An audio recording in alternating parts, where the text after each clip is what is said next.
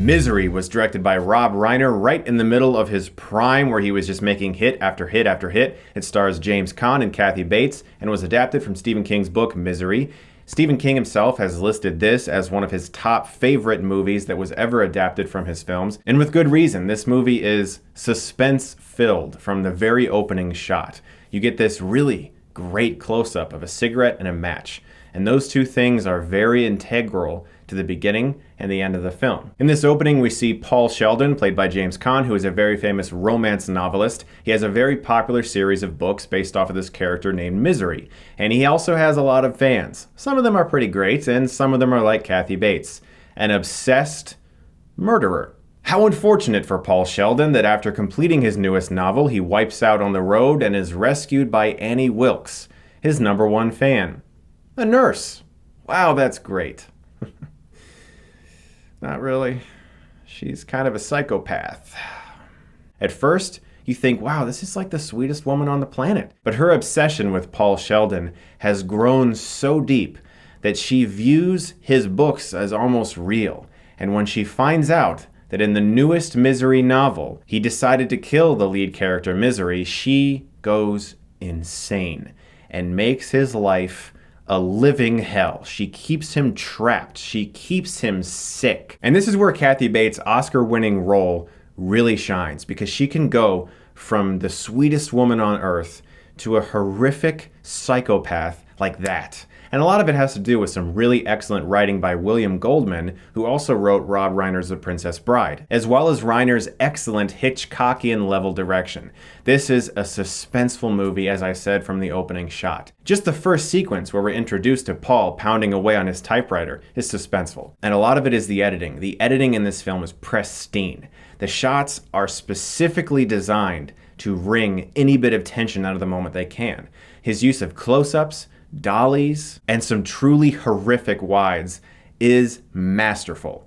Rob Reiner did a fantastic job with this movie. And like I said, this was in the middle of Reiner's prime. He was pumping movies out like Stand By Me, another really good Stephen King adaptation, The Princess Bride, When Harry Met Sally, Misery. He went through a great period of hits, and this one might be my favorite of his. The great Richard Farnsworth plays the local sheriff, who was an amazing actor. I miss that guy every time I see him in a movie, and he embodies this character so well. He has such a funny relationship with his wife, who also is his deputy. There's moments in the car between the two of them where she touches his leg, and he's like, "Hey, no, when you're in this car, you're my deputy, you ain't my wife." The sheriff and the deputy are integral to the plot because they're investigating the disappearance of Paul. They're trying to figure out where he could possibly be. But they also provide a lot of levity in the film because they're quite funny. And it's a nice breather because sometimes this movie can just get to 110% level of intensity and suspense, and you need those few moments of comedy. And this movie definitely provides them.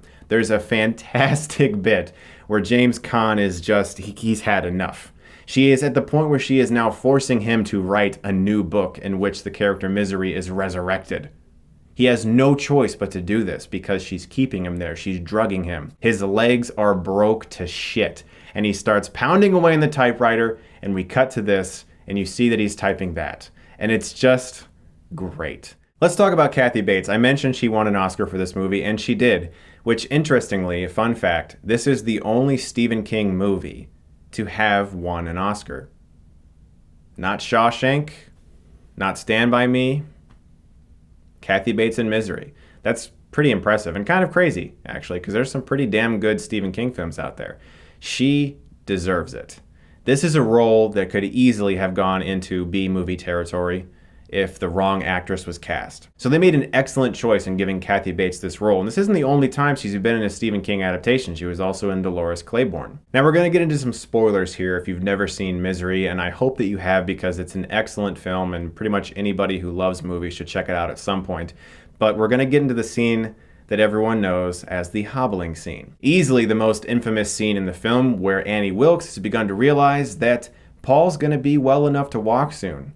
And she decides to make sure that that's not going to happen. She takes a sledgehammer and a wooden block and breaks both of his ankles. It's gruesome, horrific, disturbing, and everything that a horror film fan should enjoy watching. And it's great. This movie is so psychologically disturbing. And there's something painfully real about it. Even though it's kind of over the top, and Annie Wilkes as a character is super religious. She has a cross. She always is saying things like, gee golly willikers, and oh my goodness, and cockadoodie, and like she refuses to curse. When she reads Paul Sheldon's new novel that he's thinking of publishing, she's like, this is terrible, there's too many swear words in it. And he's like, it's about slum kids. I was a slum kid. We all swear. And she's like, no, I don't swear. And she gets really mad all of a sudden, foreshadowing the insanity beneath that character. And my God, I mean, I'm talking a lot about Kathy Bates because she deserves it. This is an iconic performance. But not to be overlooked is the equally great James Caan. I have a lot of respect for him for taking this role for one specific reason alone, beyond the fact that he is damn good in this movie. Many actors turned it down, including people like Mel Gibson, Robert De Niro, Michael Douglas, Robert Redford, Morgan Freeman, Dustin Hoffman, Harrison Ford, Al Pacino. And some have speculated that that's because the character of Annie Wilkes overshadows the character of Paul. She's so big and larger than life, and a lot of actors didn't want to take that role because she would be the one everyone noticed, which it's true. She got an Oscar win out of it, and James Caan walked away with nothing. I respect Caan a lot for taking this part. This is a ballsy role. You have to be in bed for almost the entire movie, and when you're not in bed, you're in a wheelchair. And you have to pull off a very difficult thing for an actor to do, and that is to act. Because in the film, he essentially has to pretend to be someone else to placate Annie Wilkes' character. He has to pretend that he is starting to fall in love with her. Well, in reality, he's not. He's trying to figure out every second how he can get out of the situation. That's really hard for an actor to do because you have to be yourself, the character, while also pretending to be someone else. You're pretending and pretending. And James Caan, he's so good in this film. The score by Mark Shaman also should not be overlooked. It's highly tense and adds quite a bit to every single moment. As the film builds to the finale, when we're dollying in on Paul Sheldon holding that paper and he's about to light it on fire and you see the horror in Annie Wilkes' face, it is one of the most enthralling, cathartic moments I've seen in a thriller. The following sequence where he beats her over the head with a typewriter is also fucking fantastic because she was forcing him to write a book that he didn't want to write, which obviously is a very horrible thing to do, as well as the physical torture and mental torture. And he uses that instrument that she was torturing him with to beat her over the head. It's so great. And that's Stephen King.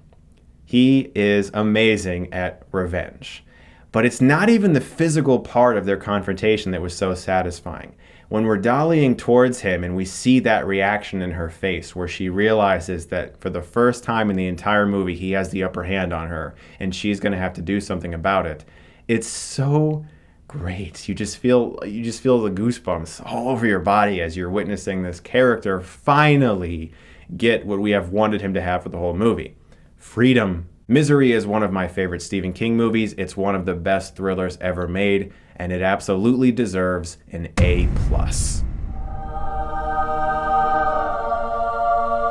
Guys, thank you for continuing to watch my Stephen King series leading up to The Dark Tower and It. I'll be back very soon with some more Stephen King reviews. You guys are the best. And as always, if you like this, you can click right here and get Stuckmanized.